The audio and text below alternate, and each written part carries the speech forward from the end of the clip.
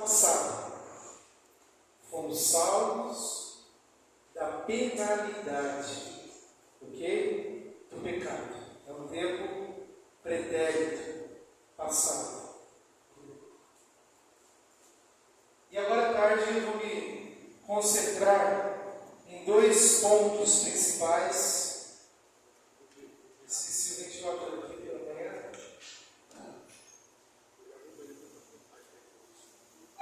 Na salvação no presente, que é a salvação do poder do pecado, chamamos de santificação. E a salvação no futuro, que é a salvação da presença do pecado, dar-se-á tão somente por ocasião da segunda vinda de Cristo. Eu ouvi falar a respeito de um homem chamado Peter McPherson. Ele trabalhava em um lugar, em uma empresa especializada na fabricação de peças para construção civil. E ele trabalhava em um setor específico e ele estava insatisfeito com a condição salarial. Ele entrava todos os dias às 7 da manhã, e um dia ele entrou, trabalhou, e ao final do dia, 5 horas da tarde, quando ele estava saindo com o carrinho de mão, o segurança da empresa então disse: Peter, pare. O que você está carregando aí? E ele disse: olhe você mesmo. E o segurança então observou aquele carrinho de mão e percebeu que havia entulhos, papéis molhados, tocos de madeira, e deixou ele passar. No outro dia ele veio trabalhar novamente, entrou às 7, e ao terminar o dia, às 5 da tarde, outro segurança estava ali e disse: ei, o que você tem aí? E ele disse: olha você mesmo. E o guarda então olhou e havia novamente tocos de madeira, papelões molhados, papéis, entulho, e o liberou. E Peter fez isso pelo terceiro dia, mais alguns dias, semanas, e ao final de 2 meses, 60 dias, ele pediu demissão daquela empresa. A equipe de auditoria, então, resolveu fazer uma auditoria interna. E eles perceberam, então, um prejuízo na empresa de 60 carrinhos de mão. Todos os dias, Peter McPherson estava roubando um carrinho, mas ele estava disfarçando o seu roubo, colocando entulhos, papéis molhados, tocos de madeira, simplesmente para disfarçar o seu roubo, para enganar aquele que deveria estar o quê? De guarda, vigilante, observando o que acontecia. Queridos, nós vivemos em um tempo da história em que cada momento é crucialmente importante. O nosso tempo, ele deve ser muito bem aproveitado. Esse tempo, ele deve ser ocupado com assuntos que merecem a nossa consideração, assuntos vitais, assuntos que têm que ver não apenas com a nossa vida presente, mas acima de tudo, com a nossa vida futura, a nossa vida eterna. Eu quero, mais uma vez, orar por você. O tema que nós vamos falar agora à tarde é a sacudidura e o selamento. Feche os seus olhos, por favor. Santo Deus, nosso Pai, mais uma vez estamos aqui para estudarmos a Tua Palavra, Pai. Senhor, são muitos assuntos, é uma cachoeira de informações. Mas o Senhor, ó Deus, nos criou para Te honrar, para Te glorificar. Por isso agora, mais uma vez, Senhor, aguce as nossas faculdades mentais, a nossa inteligência, que possamos crescer em relacionamento redentivo contigo. Assim como um caminhante, ó Pai, no deserto, almeja por água, nós almejamos a água da vida, a presença cada vez mais intensa de Jesus. Queremos ser direcionados por Ele, Pai. Estamos vivendo em momentos solenes da história humana. Por isso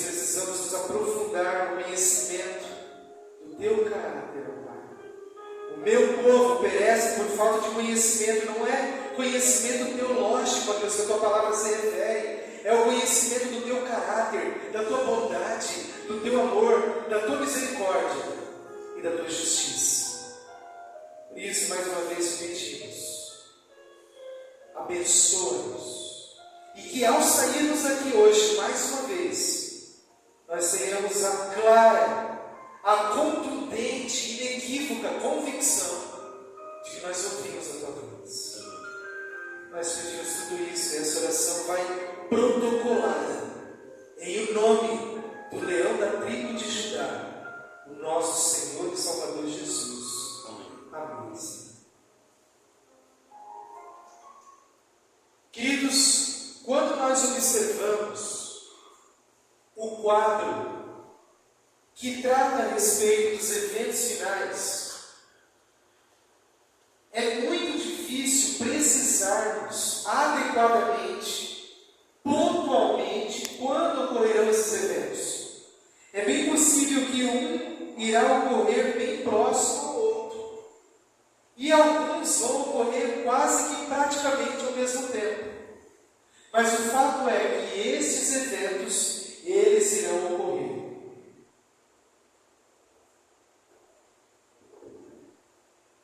E um dos assuntos que nós vamos falar tem que ver com a sacudidura. A sacudidura é um processo espiritual que está acontecendo na Igreja de Deus e que aumentará de intensidade até o fechamento da porta da graça. Amós, capítulo 9, verso 9, diz assim: porque eis que darei ordens, e sacudirei a casa de Israel entre todas as nações, assim como se sacode o trigo do crivo, sem que caia na terra um só grão. Quantos de vocês aqui já trabalharam na roça? Levanta a mão. Vocês têm saudade de trabalhar na roça, gente? Olha, teve gente que levantou a mão. Você pega uma peneira. Os meus pais, por exemplo, eles trabalharam muito tempo na roça. E um dia, quando eu fui lá conhecer, eles nasceram nos Estados Unidos da Bahia, né? No centro-norte baiano. E quando eu fui para lá, eu pedi para que eu tivesse essa experiência de ir para a roça. E quando eu cheguei lá na roça, eu peguei então a peneira, e aí o meu amigo me ensinou, Jean, é o feijão de corda. Já ouviu falar do feijão de corda? Então a gente faz assim, ó, joga para cima com a peneira, e aí a gente faz o quê? Qual é o nome desse movimento? Sacode. E quando a gente sacode, o vento vem. O que o vento leva? A palha, ou aquilo que não presta. O povo de Deus vai passar por uma experiência muito parecida. E obviamente, eles vivendo em um ambiente agropastoril, marcado pelo primeiro setor da economia, que é a agricultura, a pecuária e o extrativismo, os escritores humanos, ao falarem sobre o autor divino, eles vão lançar mão dessas metáforas, dessas figuras de linguagem, para que eles pudessem se apoderar, se internalizar de uma forma mais fácil e eficaz. Então a palavra de Deus ela vai discorrer sobre esse tema da sacudidura. O próprio Jesus, ele fala a respeito disso, propôs-lhes outra parábola dizendo, veja, que o biógrafo Mateus, ao falar de seu biografado, ele cita textualmente as palavras de seu biografado. E o biografado Jesus, o nosso Senhor, ele disse assim: o reino dos céus é semelhante ao homem que semeia boa semente no seu campo. Mas dormindo os homens, veio seu inimigo e semeou joio no meio do trigo e retirou-se. Vamos acompanhar um pouco mais aqui. Mateus, capítulo 13, a partir do verso 24. Mateus 13, a partir do verso 24. Mas enquanto os homens dormiam, veio o inimigo dele, semeou o joio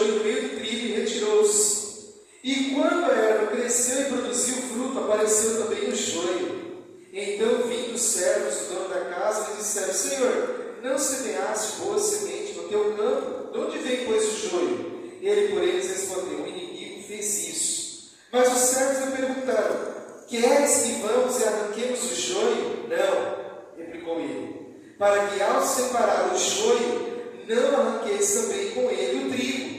Deixai-os crescer juntos até a colheita, e no tempo da colheita direi aos ceifeiros: Ajuntai primeiro o joio, atai-o em feixes para ser queimado, mas o trigo recolhei no meu celeiro.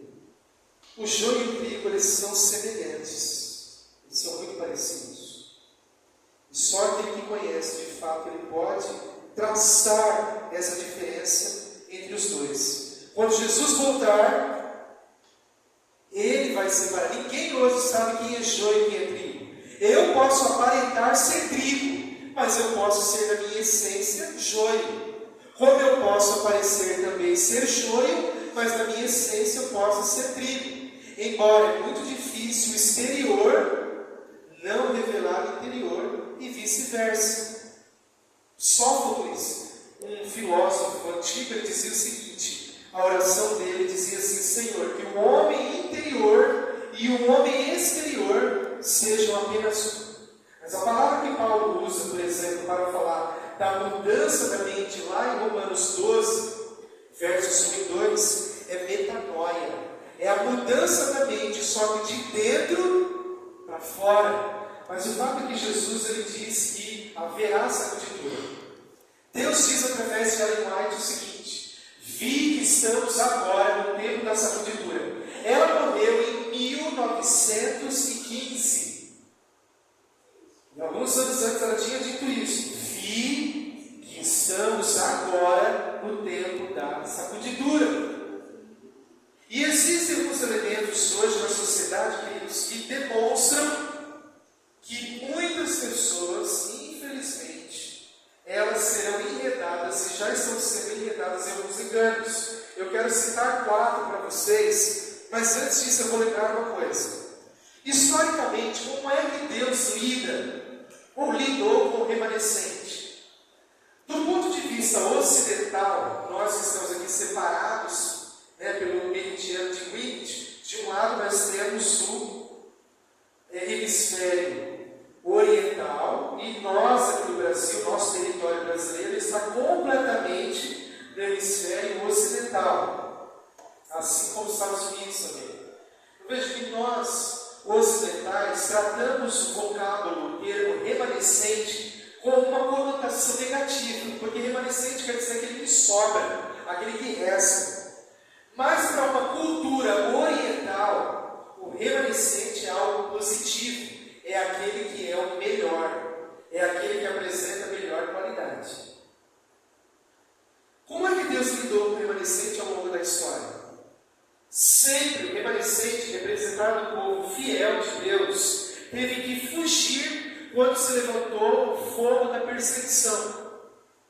Veja que Abraão, ele sai do ambiente. Nós vemos o seu sobrinho Ló saindo de um ambiente. Nós vemos depois o povo de Deus saindo do Egito.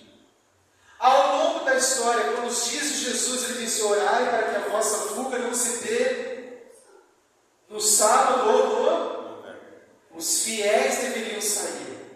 E ali, justamente entre o ano 68 e o ano 70, quando o general Cécius Galos havia chegado, foi um período intermediário para que o povo de Deus saísse de Jerusalém. E aí depois vem Tito, então no ano 70, destrói Jerusalém. O fiel sai novamente, o remanescente. Quando você olha aquela profecia do Apocalipse 12, você se lembra disso? De 1260 dias, que representava 1260 anos. Começando em que ano mesmo? 538. E se estendeu ao longo da história até o ano de 1798. Esse período todo, onde estava a igreja invisível de Deus? O remanescente fiel estava no deserto. Veja, ao longo da história, o fiel sempre saiu processo de perseguição, sacudidura. Mas como é que Deus vai lidar com a sacudidura antes da volta de Jesus? O fiel permanece, o remanescente fica. A igreja está sendo chacoalhada, o fiel ficará e o infiel deixará as nossas fileiras. É assim que Deus vai atuar. Mas vamos aos 4 pontos. Primeiro, o objetivo da sociedade atual é matar a Bíblia, rejeitar ou desconstruir a visão de mundo teísta. É por isso que há tantas tentativas de invalidar Gênesis 1 e 2, atribuindo a narrativa bíblica a aspectos mitológicos. Nas universidades hoje, no mundo acadêmico, Adão e Eva são tidos como figuras mitológicas, não reais. E se você destrói Gênesis 1 e 2, você destrói o quê? Toda a Bíblia. Não existe uma teologia construída no vácuo. Gênesis 1 e 2 é a base para entendermos todo o conflito cósmico e o desfecho dele.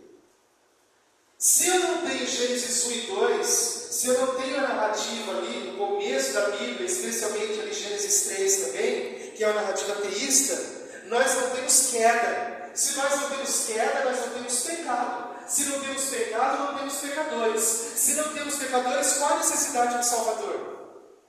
Perceba como eles querem desconstruir a palavra de Deus. Então eles querem matar a Bíblia. Segundo ponto, estabelecer nova causa da queda. Elevar um problema social ou instituição social ao estado de razão maior da queda. Ou seja, lembra da história do carrinho de mão, colocando entulho dentro, para que nós possamos, como vigilantes, perdermos o foco. O aspecto da ecologia, por exemplo. Pergunto, queridos, preservar esse planeta é uma coisa boa, sim ou não? Sim. E se tem um povo que entende que o planeta ele tem um dono e nós somos mordomos, simplesmente administradores, esse povo se chama Adventistas do Sétimo Dia. Ellen White, ela trabalhou esses princípios básicos de ecologia que o mundo tanto prega hoje. Então isso aí nós já estamos, profissionais nisso. Então a ideia da sociedade atual hoje é desvirtuar o nosso pensamento a tal ponto de tirarmos o foco disso e estabelecermos uma nova queda. Ao homem que não segue a instituição XYZ, ele está fora. Ele é considerado então uma pessoa sem valor. Ou a pessoa que não tem um foco especial na ecologia, no cuidado do meio ambiente, na preservação do meio ambiente, não apregou por aí a sustentabilidade, a agressão à natureza o mínimo possível para se aproveitar dos recursos naturais disponíveis, esse indivíduo é um desqualificado, é um sem qualidade. Ok? Vamos para o terceiro ponto, penúltimo: estabelecer novo tipo de salvação. Restaurar a sociedade através de mudança de leis, ou mesmo da ordem social vigente. Quando nós sofremos aquele processo de pandemia, nós podemos ver a face mais pura e a mais cruel da humanidade. Pessoas foram arrancadas no meio da rua, de igrejas, de parques, porque estavam quebrando uma lei estabelecida. Queridos, nós passaremos por isso novamente. Último, mudança sutil da fonte de autoridade. A revelação cede lugar para a razão, a ciência, a tradição, a cultura ou a experiência pessoal. Eu não vou me delongar muito nisso, mas houve um cidadão chamado Philip Rieff. Ele escreveu um livro intitulado Triunfo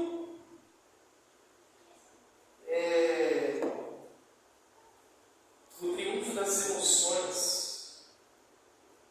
Philip Rieff. O título não é bem esse. Não é bem. Procura aí para mim, por favor. Philip Rieff. O triunfo de alguma coisa. Mas não é bem esse. Me fugiu, mas eu trago para vocês. humanidade em 3 grupos. E o primeiro grupo era o grupo dos gregos, e eles viam a cidade, a polis, como o centro das decisões deles. Aí depois nós temos um segundo grupo, que são os cristãos. Quando o cristianismo chega e predomina na sociedade, eles estabelecem agora um outro tipo de triunfo. Ou seja, Deus, a visão de Deus é quem comanda todas as coisas. Só que depois chega Freud. Quando Freud ele chega, agora o ser humano ele é liderado, as suas escolhas são baseadas nas emoções. É o homem psicológico. E nesse homem psicológico nós vivemos hoje esse período em que as experiências pessoais elas se sobrepõem à autoridade.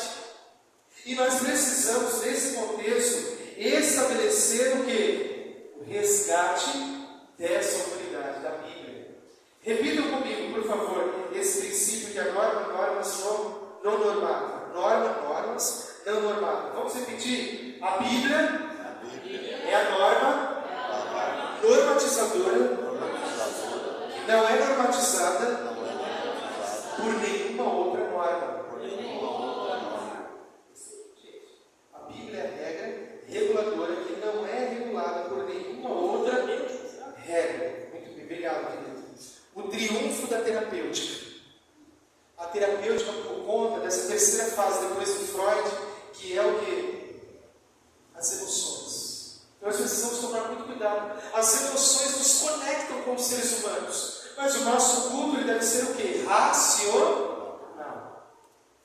Muito bem. Avançando. Nós temos aí os eventos para a gente não perder de vista. Nosso foco é sacudidura e selamento. Eu estava, queridos, há uns anos atrás, eu trabalho para essa igreja desde 2002. Eu trabalho para essa igreja há 23 anos.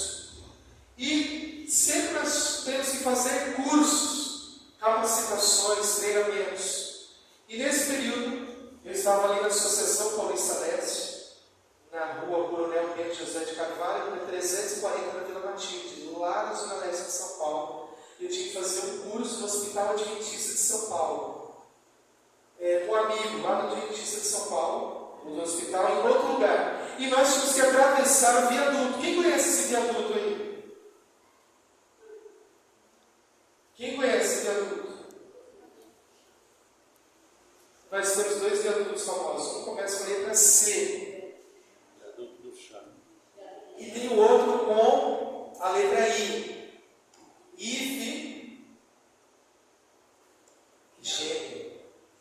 A famosa rua Santo Ifigênio. E nós tínhamos que passar por ali.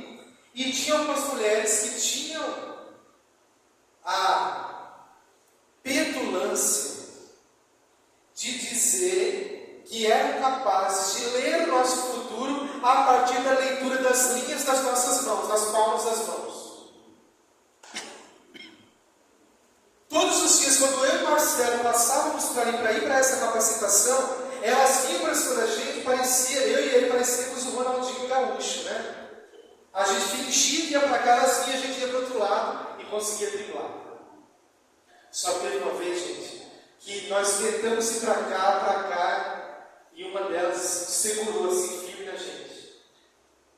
E ela segurou então meu amigo Marcelo, ia ler a linha das mãos dele, e disse: vem aqui, moço bonito, que eu vou ler as linhas da palma da sua mão. Eu olhei para ele e falei assim: Marcelo, vamos embora, que essa mulher já começou a mentir. O fato é que as pessoas, elas querem de fato saber o que vai acontecer. Se você tivesse um poder, que poder você escolheria? Tem pessoas que dizem o seguinte: eu gostaria de ter o poder de atravessar paredes. Outras pessoas dizem assim: eu gostaria de ter o poder de ler mentes. Outras pessoas, os homens, dizem assim: que gostaria de ter o poder de entender a mente de uma mulher. Brincando. Mas imagina você ter o poder de prever o futuro. Algumas pessoas pensam que a profecia bíblica ela é dada com o objetivo de prever os acontecimentos futuros. Deus não trabalha dessa forma. Qual que é o objetivo da profecia bíblica? É mostrar como Deus de amor, cheio de misericórdia, Ele atua na história, no fluxo humano. Como esse Deus de amor, Ele se preocupa com a minha e a sua vida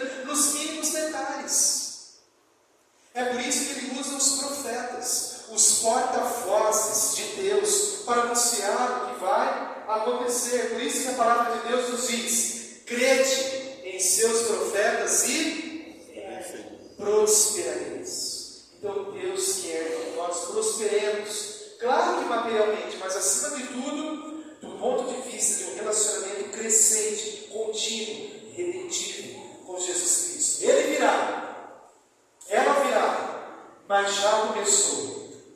Está falando sobre essa multidão.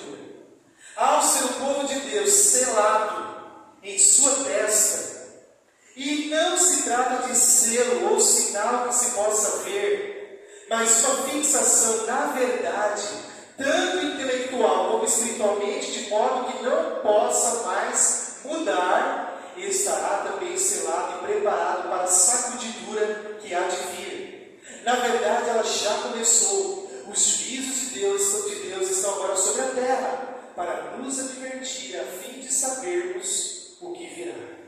Eventos Finais, página 189.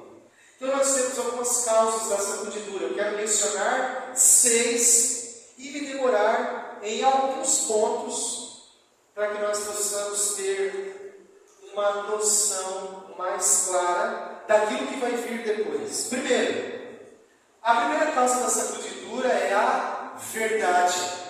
A verdade precisa ser pregada. Nós vivemos uma sociedade que chamamos pós-moderna. E essa sociedade pós-moderna, ela tem muitas características. E uma das características tem que ver com o relativismo. Ou seja, uma ética relativista, uma verdade relativista. A verdade é relativa. Você pode acreditar em uma verdade e eu acredito em outra verdade, está tudo bem. E cada um vai construindo a sua verdade. Só que a Bíblia, ela desconstrói. Porque Jesus diz, eu não tenho a verdade. Eu não falo da verdade. Eu sou a verdade e a vida. Eu sou o caminho, a verdade e a vida. A verdade é Jesus Cristo. Então, são os absolutos da Bíblia versus o relativismo da sociedade pós-moderna. Então, a verdade, ela vai causar uma ruptura, uma sacudidura. Segundo, a perseguição. Por que nós não estamos sendo perseguidos aqui hoje? Uma pergunta que nós precisamos nos fazer. Você sabe a resposta. Você é inteligente. Você é um cristão. Oi? Conformismo. E não vos conformeis com esse século. Não é isso? Romanos 12:2. Conformismo. Só que em alguns lugares a nossa igreja já está sendo perseguida. Para vocês terem uma ideia, a Noruega, a Holanda, os Países Baixos, esses países, eles são muito secularizados. Quando eu digo assim, secularizados, é uma mente que ela procura se afastar cada vez mais dos conceitos e princípios bíblicos judaicos. Uma sociedade secularizada, ela não aceita essas verdades absolutas. Aqui na América do Sul, a capital mais secularizada que nós temos é Montevidéu, no Uruguai. É muito difícil pregar o Evangelho. Quanto mais as pessoas elas se aprofundam em academicismo, em níveis universitários, pós-graduações, mestrado, é muito mais difícil dessas pessoas elas aceitarem a mensagem. Então veja, lá nesses países que eu citei, especialmente na Holanda, na Noruega também eles recebem recursos financeiros. E eles são pessoas assim que eles gostam de direitos iguais. Por exemplo, há uma forte tendência em querer se ordenar mulheres ao ministério pastoral. Nos Estados Unidos nós temos algumas anciãs que são ordenadas em uma ou em outra união da igreja que acabam batizando, mas é algo assim bem distante da gente. E não é muito comum isso. E lá na Noruega, por exemplo, se você estiver dando um estudo bíblico, você é adventista, e você estiver dando um estudo bíblico para alguém, a pessoa pergunta também assim, existem pastoras na sua igreja? E se você estiver dando um estudo bíblico, você fala assim, não tem pastoras. E você diz assim, as mulheres têm os mesmos direitos que os homens na sua igreja, elas batizam, elas são pastoras, elas fazem o casamento, e você disser assim, não fazem. Eles dizem o seguinte, então nosso estudo bíblico terminou aqui, parou aqui. E as escolas, por exemplo, a educação adventista, Ela não recebe os mesmos valores que outras escolas recebem, que pregam, por exemplo, sobre a igualdade de gênero. Então veja, se nós aqui no nosso território levantássemos uma bandeira cada vez mais alinhada e falando de muitos temas, nós seríamos perseguidos. Então a sacudidura vai chegar um tempo que nós vamos pregar essa com todo o poder, e a sacudidura ela vai vir com todo o poder. Terceiro, o sofrimento. Queridos, o sofrimento é um instrumento usado por Deus para lapidar a nossa personalidade. O sofrimento ele faz parte da experiência humana. Me recordo da história de um pastor chamado Donald Graham House, pastor da 11ª Igreja Presbiteriana na Filadélfia, nos Estados Unidos. A esposa dele estava com câncer e ela estava para morrer, em estado de saúde muito grave, com câncer. E ela infelizmente morreu, e aquilo acarretou um sofrimento muito grande para ele e para os filhos. Ele estava indo então para o velório, para sepultar a sua esposa, e ele estava perguntando a Deus: Senhor, o que eu posso dizer aos meus filhos para amenizar o sofrimento deles? E eles, de repente, naquela rodovia, passaram por uma carreta, um caminhão enorme, e era um dia ensolarado, e aquela carreta projetou uma sombra gigantesca sobre o veículo de passeio deles. Uma sombra assustadora. E quando passou, é como se nosso Deus falasse com ele. E ele disse o seguinte: crianças, vocês preferem ser atropeladas pelo caminhão ou pela sombra do caminhão? E elas, com a sua voz, disseram: papai, é claro que gostaríamos que a sombra passasse sobre nós. E ele então disse: vocês sabiam que há mais de 2000 anos o caminhão da morte atropelou Jesus para que apenas a sua sombra passasse sobre nós? O sofrimento ele faz parte da nossa experiência, mas Jesus nos promete lá no Salmo dos Salmos, o Salmo 23, que embora eu atravesse, ainda que eu ande pelo vale da sombra da morte, não temerei mal algum, porque tu estás comigo. É através de muito sofrimento, queridos, que nós vamos herdar o reino dos céus. Mas nós vamos herdar todos aqui em nome de Jesus. Nós estaremos no céu. Amém. Nós precisamos ter certeza da nossa salvação. Repita comigo, por favor. Deus permite alguns dias de lágrimas para nos conceder uma eternidade de sorrisos. Deus permite alguns dias de lágrimas, porque Ele quer nos conceder uma eternidade de sorrisos. Ellen White, ela estava com 84 anos, e a sede mundial da igreja, sua liderança, pediu que ela fizesse um trabalho na Austrália, que ela saísse do seu continente, não apenas do seu país, e fosse para outro continente, para a Oceania, para a Austrália. E ali, queridos, ela diz que ela se achava prostrada pela sobrecarga de trabalho. Segui, porém, a voz da Associação Geral, como sempre procurei fazer, quando eu mesma não tinha toda a clareza. Que exemplo, queridos! Que exemplo de fé, coragem, dedicação e submissão à igreja e à sua liderança. Olha que coisa interessante. Durante o período que moraram em Melbourne, ela ficou gravemente enferma com malária e reumatismo inflamatório.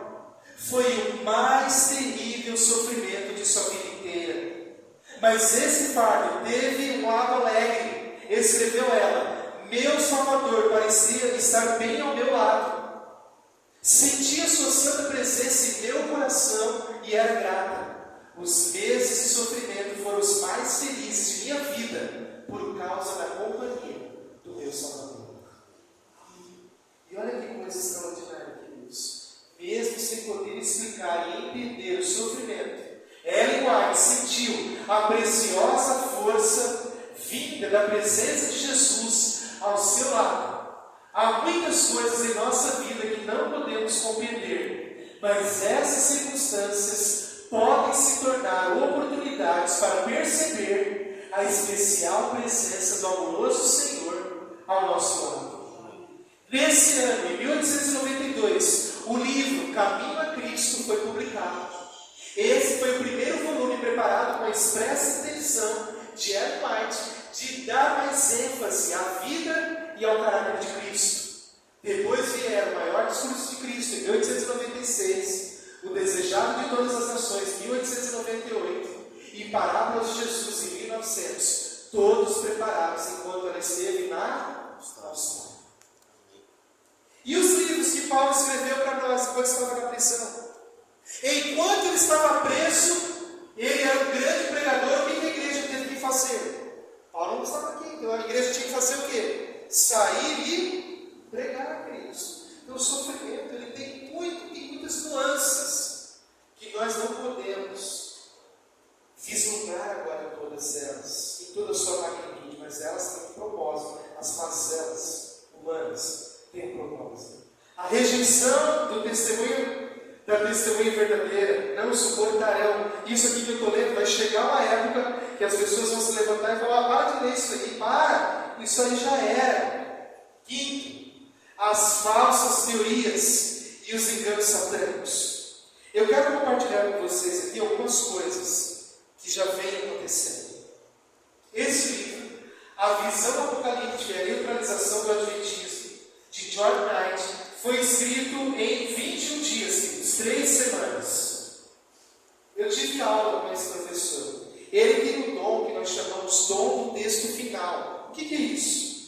Aquilo que ele escreve não precisa nem ser corrigido. Veja, a esposa dele digita os livros, né? Ele escreve o manuscrito e ela só digita e já vai direto para a impressora. É o dom do texto final que ele tem. E ele escreveu esse livro, e para resumir, esse livro ele se resume em uma pergunta: são os adventistas do sétimo dia ainda adventistas? Por que estamos apagando a nossa relevância? Qual que é a nossa relevância? Nós somos chamados para pregar verdades distintas. Nós temos pelo menos 4 colunas da nossa fé, 4 doutrinas. O crença, nós temos 28 crenças dentro de 6 doutrinas. A imortalidade condicional da alma, o santuário, o ministério de Cristo, o santuário celestial, o sábado e a segunda vinda de Cristo. Quase nós não estamos ouvindo essas doutrinas em nossos cultos. Nós precisamos resgatar isso. Senão vamos nos identificar mais com uma igreja evangélica do que com uma igreja que é um movimento profético que prega as 3 mensagens angélicas. Quais são as tendências teológicas do adventismo atual na Europa e em alguns lugares dos Estados Unidos hoje? Nós temos o adventismo bíblico, nós temos o adventismo evangélico, nós temos o adventismo progressista e nós temos o adventismo histórico. Veja que o bíblico e o histórico apresentam muitas semelhanças, mas algumas disparidades, alguns pontos diferentes estão localizados no início da fase da igreja, comparados com os dias de hoje. Não dá para vocês lerem aqui, mas o Paulo, ele tem ali, quem quiser, está disponível lá, ou você pode me procurar aí e eu passo para você, tá bom? @Cleiton Queiroz Educa, Cleiton Queiroz Educa, meu Instagram e o meu Facebook é Cleiton Queiroz. Tendências teológicas no adventismo atual. Então a Bíblia, para o adventista bíblico, ela é o quê? Um livro inspirado. Ellen White é uma escritora inspirada. Para o adventista evangélico, a Bíblia só se aceita o Novo Testamento. Ellen White não é inspirada, não é autoridade. Ok? É o adventista que não estuda a Bíblia, é o adventista que não se aprofunda nas crenças, nas doutrinas que temos, e ele só bebe da fonte do Novo Testamento. Não tem como se entender o Novo Testamento sem mergulhar, sem entender o Antigo Testamento, porque o Novo é a realidade, o Antigo é a sombra. Quem vem primeiro, a sombra ou a realidade? Eu posso ter a sombra daquele ventilador se não tiver o ventilador? A sombra é o Antigo Testamento. O conteúdo do Novo Testamento é a realidade, que parece paradoxal, mas tudo que está no Antigo Testamento são apenas figuras da realidade que virá. O que a Bíblia diz? O Cordeiro de Deus foi morto antes da fundação do mundo. Quem foi morto? A sombra ou a realidade? A realidade. A sombra só está apresentando aquilo que vai acontecer. Isso é a Bíblia, é um livro misterioso, não é, queridos? Veja, o adventismo histórico também considera da mesma forma a Bíblia e a linguagem como autorizados, como inspirados, e o progressista. A Bíblia é apenas um livro cultural. Ele é importante para adquirir conhecimento, os aspectos históricos, antropológicos, mas do ponto de vista espiritual, é um livro como qualquer outro. É linguagem, não é inspirada, não é autoridade. Isso só dois pontos que eu estou vendo aqui, viu? Adventistas bíblicos, a base é a Bíblia, a fonte toda a Bíblia. Adventistas evangélicos, os evangélicos conservadores. Então, aquelas autoridades humanas ditam as regras e muitos acabam absorvendo aquilo como verdade absoluta, opinião humana. O adventista progressista, evangélicos liberais. Eles não acreditam nas doutrinas distintivas ou não pregam elas, e tudo que vem eles aceitam e não questionam a autoridade bíblica, não usam a Bíblia como critério para discernir se aquilo pode, se aquilo não pode, se aquilo é adequado ou se não é adequado. Porque os pioneiros seguem também pontos de vista diferentes, mas dando ênfase lá ao começo. Gente, os pioneiros, sabe o que eles faziam? Eles estudavam a Bíblia mascando fumo. Eles achavam que isso fazia bem para a saúde. Então, a verdade era o quê? Progressiva. Lembra do princípio de Provérbios 4,16? A verdade é como a luz da aurora que vai brilhando cada vez mais até ser dia perfeito. Obrigado, filho.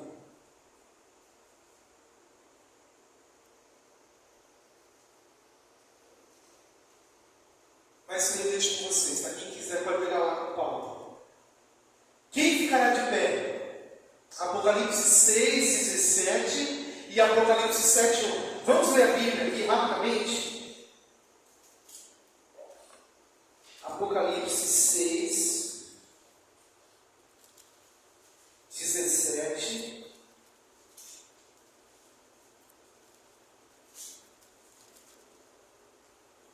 Meu livro tem Nário, minha Bíblia tem Nário, então fica assim. Você pensa que Apocalipse não é comércio de Nário. Apocalipse 6, 17 diz assim: porque chegou o grande dia da ira deles, e quem é que pode suster-se? É uma pergunta que é feita. Isso aqui, gente, é o que os teólogos chamam de texto trampolim. Quando termina um capítulo, e nesse capítulo tem uma pergunta, ele é uma ponte para o que vai vir depois. Então o próximo capítulo vai começar respondendo a pergunta que foi feita lá no capítulo anterior. Então a pergunta era o seguinte, lá no 17: chegou o grande dia da ira, quem é que vai poder ficar em pé? Quem é que poderá suster-se? Aí o capítulo 7, verso 1 vai responder aquela pergunta. Depois disso, vi 4 anjos em pé nos 4 cantos da terra, conservando seguros os 4 ventos da terra, para que nenhum vento soprasse sobre a terra, nem sobre o mar, nem sobre árvore alguma. Vi outro anjo que subia do nascente do sol, tendo o selo do Deus vivo, e clamou em grande voz aos 4 anjos, aqueles aos quais fora dado fazer dano à terra e ao mar, dizendo: não danifiqueis nem a terra, nem o mar, nem as árvores, até selarmos na fronte os servos do nosso Deus. Então ouvi o número dos que foram selados. Primeiro ele vê, depois ele ouve. E era 144.000 de todas as tribos dos filhos de Israel.